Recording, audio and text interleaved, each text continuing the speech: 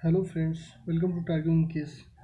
दोस्तों, ये वीडियो उन मेरे भाई बहनों के लिए है जो कि बीएड कर रहे हैं और इनका फर्स्ट सेमेस्टर है, बीएड का फर्स्ट सेमेस्टर है।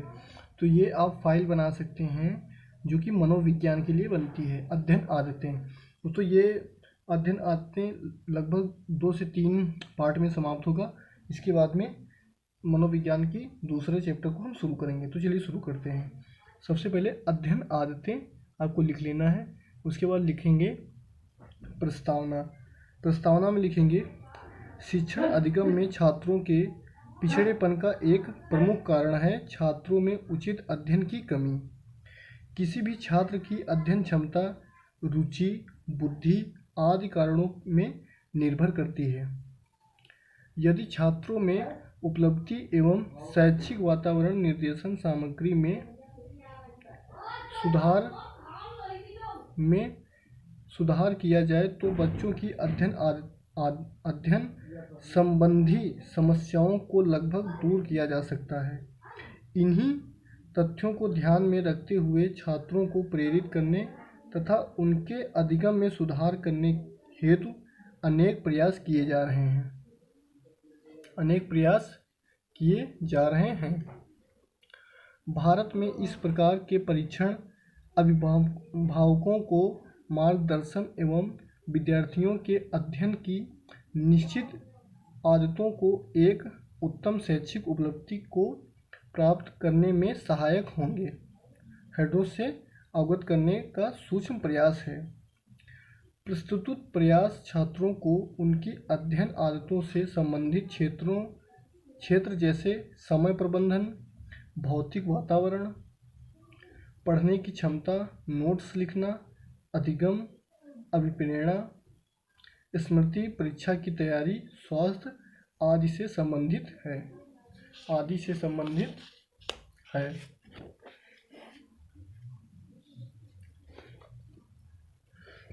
अध्ययन आदतों के प्रमुख क्षेत्रों का संक्षिप्त विवरण।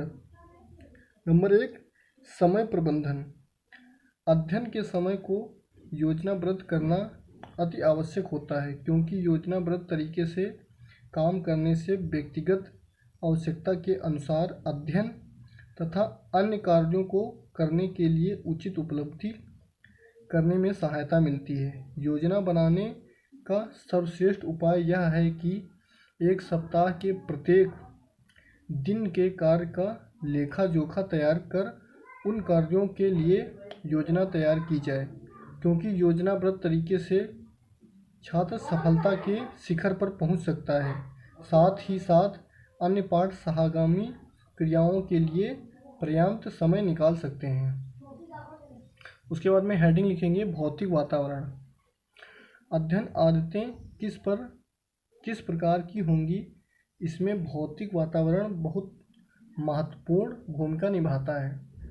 अध्ययन करने का स्थान स्वच्छ, हवादार, आवश्यक सामग्री जैसे मेज, कुर्सी, प्रकाश व्यवस्था आदि से युक्त होना चाहिए।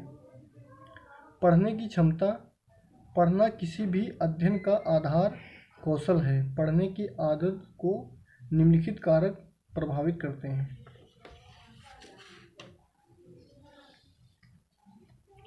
नंबर 1, अच्छा शब्दकोश, वचन की गति, विषय की सृष्टि, महत्वपूर्ण बिंदुओं को इंगित करना आदि। शाब्दिक वाचन की तुलना में मौन वाचन सदैव तीव्र गति से होता है।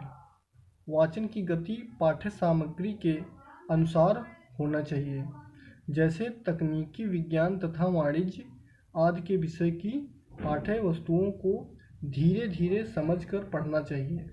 अपनी पढ़ी गई सामग्री के प्रमुख बिंदुओं का समीकरण करना आना चाहिए। 4 नंबर लिख के नोट्स लिखना। कक्षा के महत्वपूर्ण बिंदुओं को लिखना महत्वपूर्ण अधिगम है। नोट्स बनाने के कई तरीके हैं, जैसे या तो पाठ्य पुस्तक से हर प्रक्रम के नोट्स तथा किताब के नोट्स मिलाकर मुख्य नोट्स बनाना सबसे अच्छा विकल्प होता है। अधिगम अभिप्रेरणा। अधिगम करने के लिए क्षमता के साथ साथ इच्छा भी आवश्यक है। यदि कोई व्यक्ति किसी भी कार्य को सीखने में रुचि रखता है तो वह शीघ्र ही सीख जाता है, लंबे समय तक याद भी रखता है। परंतु कोई भी व्यक्ति अतिरिक्त प्रयास से स्वास्थ्य, प्रयोक्ता की भावना तथा आपसी सुधार से अधिगम की उन्नति कर सकता है।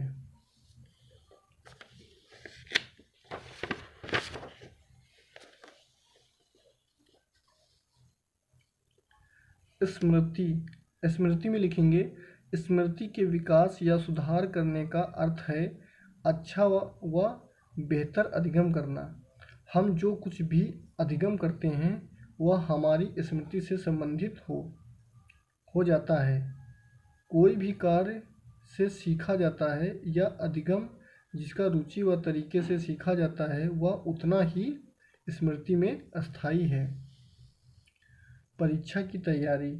वर्तमान समय में अधिकांश परीक्षाएं निबंधात्मक होती हैं। इस प्रकार के प्रश्नों के उत्तरों की भाषा में महत्वपूर्ण बिंदुओं को सम्मिलित करते हुए लिखा जाता है। 8 नंबर लिखेंगे पाठ की तैयारी। परीक्षा या पाठ की तैयारी करते समय चक्र बनाकर अध्ययन करना चाहिए। कमजोर पक्षों पर अधिक बल देना चाहिए। प्रतिदिन अध्ययन की परीक्षा में बहुत लाभकारी सिद्ध होती है। परीक्षा परिणामों का उपयोग। परीक्षा परिणामों से न होकर हमें अपने कमजोर पक्षों एवं मजबूत ज्ञान करने व अपने प्रयासों को सही व उसी दिशा में लाना चाहिए।